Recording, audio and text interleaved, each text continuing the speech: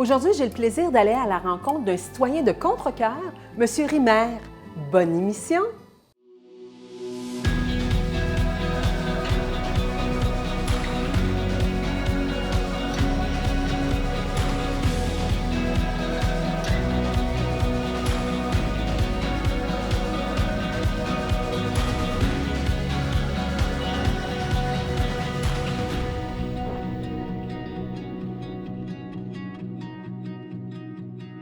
D'entrée de jeu, M. Rimer, racontez-nous votre belle histoire, votre plus beau souvenir d'accueil lors de votre arrivée au Québec, un moment marquant qui vous a touché. À mon arrivée au Québec, la première histoire qui m'a vraiment marqué, c'est à l'accueil avec les agents de l'immigration. Ça a été vraiment waouh! Ça a été bienvenue, comment vous allez? Et j'ai été vraiment surpris de voir que dans ce pays-là, l'accueil commence à partir de l'aéroport. Aussi, en quittant mon pays, j'ai informé un ami de mon départ. Et lui, sa réponse m'a quelque peu découragé. Il m'a dit que lui ne pourrait jamais quitter la Côte d'Ivoire, parce que, surtout à cause de la nourriture. Et moi, ça m'a fait réfléchir et je me suis posé la question, est-ce que je pouvais trouver les plats de chez nous ici au Québec? Et pourtant, à mon arrivée, j'ai été agréablement surpris. J'ai mon tuteur qui m'a préparé de la loco au poisson. Un plat typiquement de chez nous. Vous êtes choyé? Un plat typiquement de chez nous que j'adore. Et étant surpris et ému, je lui ai posé la question, mais comment a-t-il pu préparer ce plat ici? Et à lui de m'expliquer qu'il y a des épiceries africaines qui ont des produits nécessaires à la cuisson de tous nos mets en Côte d'Ivoire. Là, j'ai eu un moment de réconfort et je me suis senti tout de suite comme chez moi. Malgré la distance, on pouvait avoir quand même un chez-soi ici au Québec. Et j'ai compris que le Québec est ouvert aussi à la diversité culinaire des populations immigrantes. C'est des moments qui m'ont vraiment marqué et ce petit geste simple a vraiment déclenché en moi le goût de rester ici au Québec. C'est parfait, c'est une belle histoire, c'est un beau souvenir. Mais pourquoi avez-vous choisi la ville de Contrecœur pour vous établir? Pourquoi? Qu'est-ce qui vous a attiré dans la MRC Marguerite-Diouville? Naturellement, je me suis installé à la rive sud de Montréal parce que mon tuteur y habitait. Mais mon choix de m'installer ici à Contrecœur a été le fruit d'une réflexion personnelle. En réalité, je cherchais un endroit paisible qui me rappellerait l'Afrique et aussi un espace convivial pour mes enfants. Et c'est au cours de mes fonctions que j'ai découvert la municipalité de Contrecœur, entourée de terres agricoles et bordée par le fleuve Saint-Laurent avec des espaces de colonies de grève. Je suis tout de suite tombé sur le charme de cette atmosphère aussi conviviale et j'ai décidé de m'installer avec moi et mon épouse. C'est parfait, c'est magnifique ici à Contrecœur.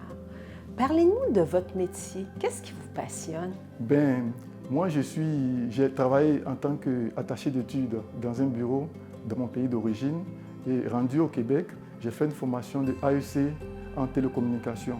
Et là, j'exerce en tant que technicien en instrumentation dans une société de géotechnique ici au Québec. C'est merveilleux. Oui.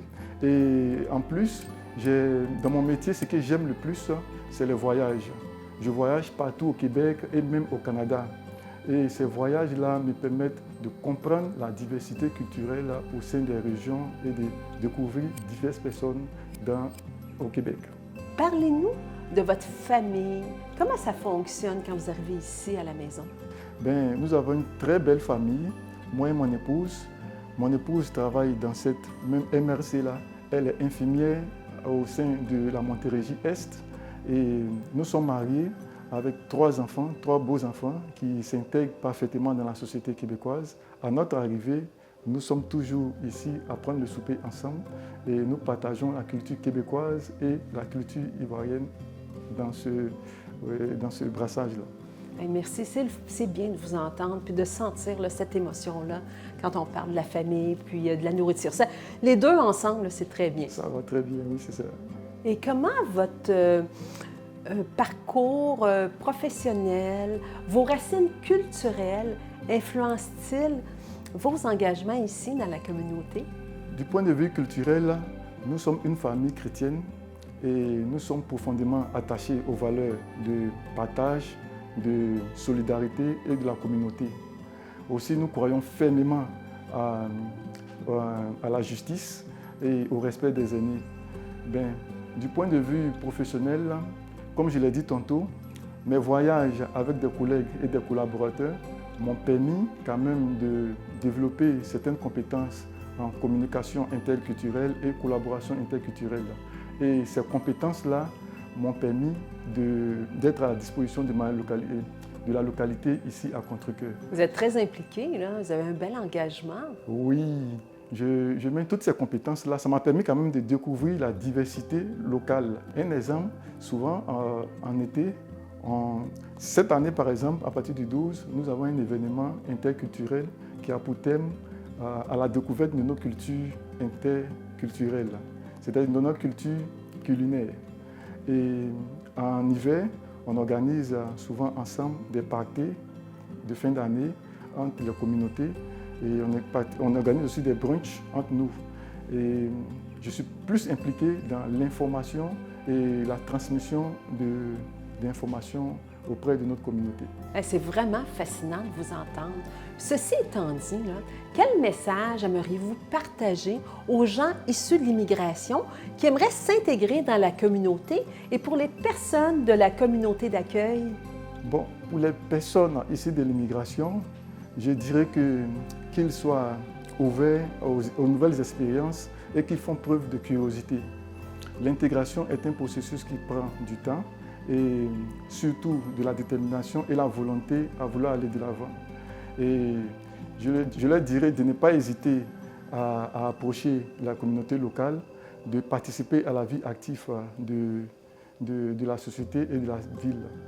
Et aux populations accueillantes, je dirais qu'ils fassent preuve d'ouverture et de bienveillance.